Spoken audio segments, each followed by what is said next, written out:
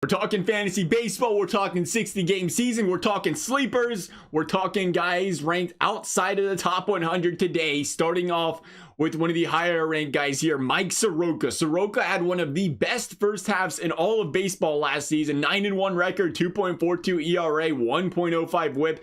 Finished the season at 2.68, which is still solid, but you look at April, 1.62, May, 0.79, two very, very dominant ERAs, which is very important considering, 2-month hot start. That's all the longer this season's really going to be here. You look at the man, 7.3 Ks per 9 innings last season.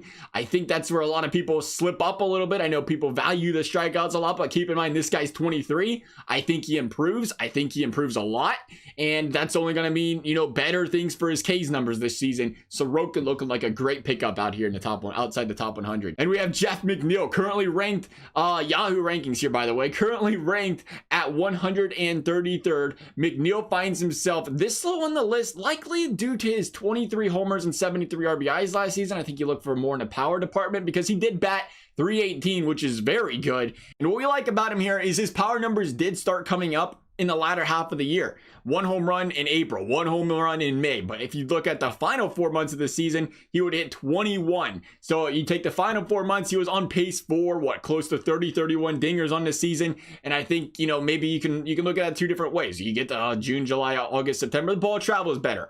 Maybe that's the case. I mean, they're playing in New York. It's a pitcher's park in the first place.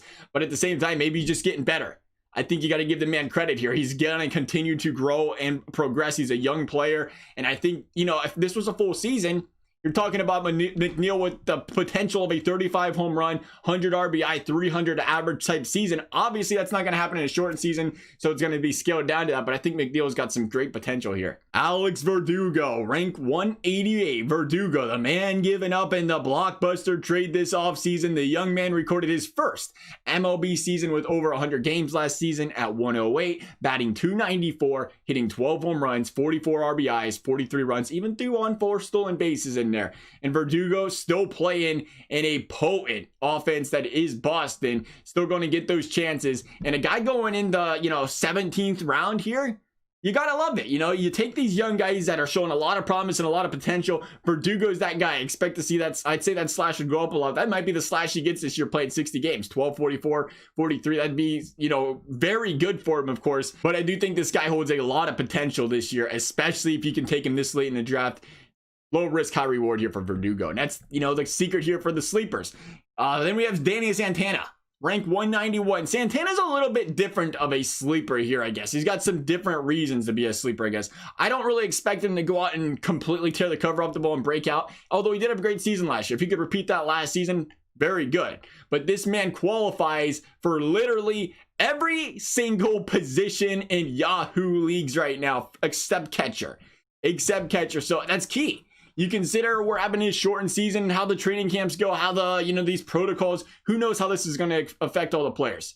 We do know there's probably a better chance, though. You got guys pulling hamstrings, getting injuries, whatever it is, these day-to-day injuries. Maybe they get, there's the COVID going around and they get sick, they're out for 2 weeks. Again, you'll have the guy gone there.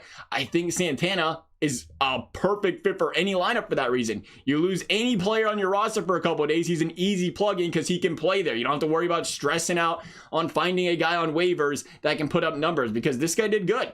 He did very good last season, going out there and putting up a 283 batting average, 28 home runs, 81 runs, and 81 RBIs. Even stole 21 bags. And I was playing 130 games.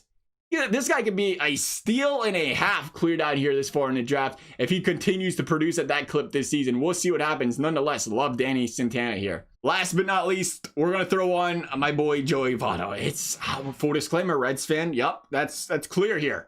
But at 260 in the rankings, he's essentially guy on a go, undrafted here. You can take him with your last pick. You can pick him up in waivers. But what I like about Joey Votto, and what I know very well about this guy, is he is a put your team on a back type of streaky hitter where he goes a first half of the season or a second half of the season where he just tears the cover off the ball. You've seen it in the one season. He batted like 220 and he went on to bat 480 or 460 in his second half off of the All-Star break and kill it. Finished second in the MVP voting that season. He's got that kind of potential. You only need him to be good for half the season. He comes in here and tears the cover off the ball these first 60 games, and he is an absolute stud and a half to be taken at 260. And I think for that reason, he's more than worth taking a flyer on this late in the draft. We'll see what happens. That's our 5 players. Thank you guys for watching. We'll see you next time.